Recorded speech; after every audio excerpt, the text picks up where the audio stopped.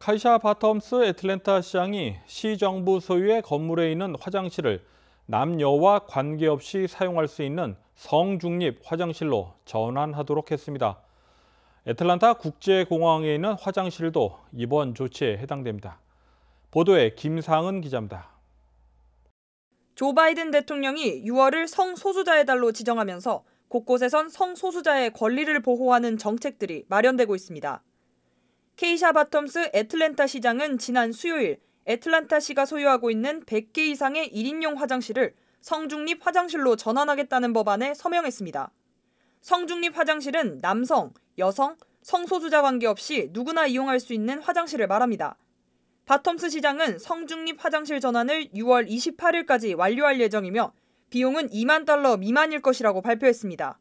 전환될 모든 성중립 화장실에는 성 정체성이나 표현에 관계없이 누구나 화장실을 사용할 수 있다는 표지판이 설치될 예정입니다. 말릭 브라운 애틀랜타 LGBTQ 담당자는 바텀스 시장이 성소수자 공동체의 안전과 존엄성을 우선시했으며 전환될 성중립 화장실로 이전보다 안전하게 화장실을 사용할 수 있게 됐다고 전했습니다. 전환될 화장실은 애틀랜타 시청, 애틀랜타 지방법원, 하츠필드 잭슨 애틀랜타 국제공항 등 공공기관 화장실이 해당될 것으로 보입니다. KTN 뉴스 김상은입니다. 연방의회가 압도적 찬성으로 통과시킨 노예 해방일이 12번째 연방 공휴일로 지정됐습니다. 156년 만의 일입니다. 조 바이든 대통령은 17일 준틴스라고 불리우는 노예 해방일 6월 19일을 연방 공휴일로 지정하는 법안에 서명했습니다. 바이든 대통령은 백악관에서 열린 서명 행사에서 노예 해방일은 노예 생활의 길고 힘든 밤과 다가오는 밝은 아침에 대한 약속을 동시에 상징한다고 말했습니다. 그러면서 위대한 나라는 가장 고통스러운 순간을 외면하지 않고 끌어안는다고 강조했습니다. 올해 노예 해방일 6월 19일은 토요일인 관계로 연방 공무원들은 오늘인 18일 휴무에 들어갔습니다. 노예 해방일은 에브라함 링컨 대통령이 노예 해방을 선언하고 2년여 후인 1865년 6월 19일 마지막으로 노예 해방 소식이 전해진 것을 기념한 날입니다.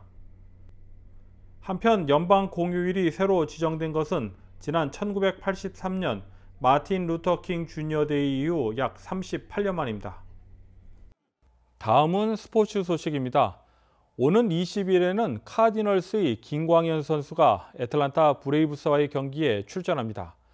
김광현 선수를 애틀랜타 구장에서 볼 수 있는 좋은 기회입니다. 이번 주말 열리는 경기 소식을 배준경 기자가 정리했습니다. 애틀랜타 호크스가 오늘 저녁 7시 30분부터 필라델피아 세븐티식서스를 상대로 플레이오프 2라운드 6차전 경기를 펼치고 있습니다. 지난 5차전 원정 경기에서 승리한 호크스는 오늘 진행 중인 홈 경기에서 승리할 시 동부 컨퍼런스 파이널에 진출하게 됩니다. 호크스가 컨퍼런스 파이널에 진출한 것은 2014-2015 시즌이 마지막으로 당시 1번 시드였던 호크스는 2번 시드인 클리블랜드 캐벌리어스에게 4경기를 내리패하며 수입을 당했던 바 있습니다. 호크스가 컨퍼런스 파이널 무대에 진출하게 되면 브루클린 네츠와 미러키 벅스 중 승자와 NBA 파이널 무대를 위한 시리즈를 치르게 됩니다. 야구 소식입니다. 애틀랜타 브레이브스가 어제 가진 세인트루이스 카디널스 4연전 첫 경기에서 패배하였습니다. 브레이브스는 이번 주 일요일까지 카디널스를 홈에서 상대합니다. 일요일에는 카디널스의 김광현이 선발 투수로 등판해 브레이브스를 상대할 예정입니다.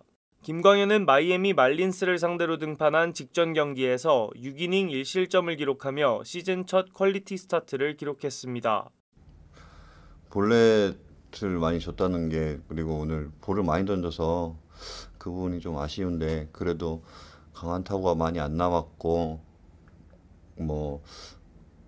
초반에만 안타를 3개 내주고 그 이후에 이제 점점 후반 가면 갈수록 좀 좋아진 모습이 다음 경기에 좀 나름대로 기대가 되는 것 같고, 다음 경기에는 조금 더 많은 이닝 던지고 싶다고. 브레이브스가 김광현을 상대하는 일요일 경기는 저녁 7시로 예정되어 있습니다. 애틀랜타 유나이티드가 5월 이후 국가대표 월드컵 예선으로 잠시 휴식을 취한 뒤 이번 주 일요일 다시 경기를 가집니다. 유나이티드는 일요일 오후 2시 필라델피아 유니언을 상대합니다. 필라델피아는 현재 동부 컨퍼런스 2번 시드로 4승 2무 2패의 성적을 기록 중입니다. 애틀랜타는 현재 한 경기를 덜 치룬 채 2승 4무 1패로 플레이오프 진출권 바로 미친 8위에 자리하고 있습니다. 유나이티드는 에이스 공격수 조셉 마르티네즈가 베네수엘라 국가대표로 코파 아메리카에 참여해 있고 에머슨 하인드먼이 전방 십자인대 파열로 이탈해 전력 누수가 불가피한 상황입니다. 골프 소식입니다. 캘리포니아주 샌디에이고에 위치한 토리파인스 골프 코스에서 남자 골프 메이저 대회 중 하나인 US 오픈이 진행 중입니다. 안개와 일몰로 인해 첫날 모든 선수들이 경기를 치르지 못한 올해 US 오픈은 예상 외의 선수들이 선두권에 들고 선두부터 40여 명의 선수들이 5타 차 이내로 촘촘히 자리에 혼전으로 빠져들고 있습니다. 현재 루이 우스트이즌과 러셀 헨리가 4언더파 67타로 공동 1위에 자리하고 있습니다. 우스트이즈는 2010년 디오픈 챔피언십에서 우승해 PGA 투어 1승 기록이 있고 러셀 헨리는 통산 3승을 거둔 선수이지만 아직 메이저 우승 경험은 없습니다. 이어 US 오픈 우승을 통해 커리어 그랜드슬램을 노리는 필 미컬슨은 4오버파 75타로 공동 96위에 머물러 있습니다. 미컬슨은 13번 홀에서 관중의 카메라 촬영 소리에 3번이나 어드레스를 풀며 집중력이 흔들리는 모습을 보였습니다. US 오픈은 20일까지 이어집니다. KTN 뉴스 배준경입니다. 다음은 코로나19 소식입니다. 오늘의 코로나19 현황을 김상은 기자가 종합했습니다.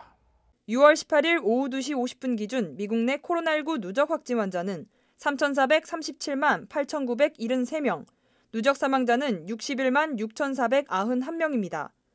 어제 하루 동안 신규 확진 환자는 11,718명 늘었고 신규 사망자는 301명 증가했습니다. 주별 누적 확진 환자는 캘리포니아, 텍사스, 플로리다, 뉴욕, 일리노이 순으로 많습니다. 주별 누적 사망자는 캘리포니아, 뉴욕, 텍사스, 플로리다, 펜실베니아 순으로 많습니다. 다음은 조지아주 코로나19 현황입니다. 오후 2시 50분 집계에 따르면 조지아주의 누적 확진 환자는 90만 368명, 누적 사망자는 18,388명으로 집계됐습니다. 신규 확진 환자는 287명 증가했고 신규 사망자는 20명 증가했습니다. 다음은 카운티별 집계입니다. 귀넷 카운티 누적 확진 환자 87,810명, 누적 사망자는 1,128명입니다. 목요일 대비 신규 확진 환자는 17명 늘었고 신규 사망자는 1명 늘었습니다. 풀턴 카운티 누적 확진 환자 83,902명, 누적 사망자는 1,347명입니다. 신규 확진 환자는 31명 늘었고 신규 사망자는 2명 늘었습니다. 이상 오늘의 코로나19 현황이었습니다.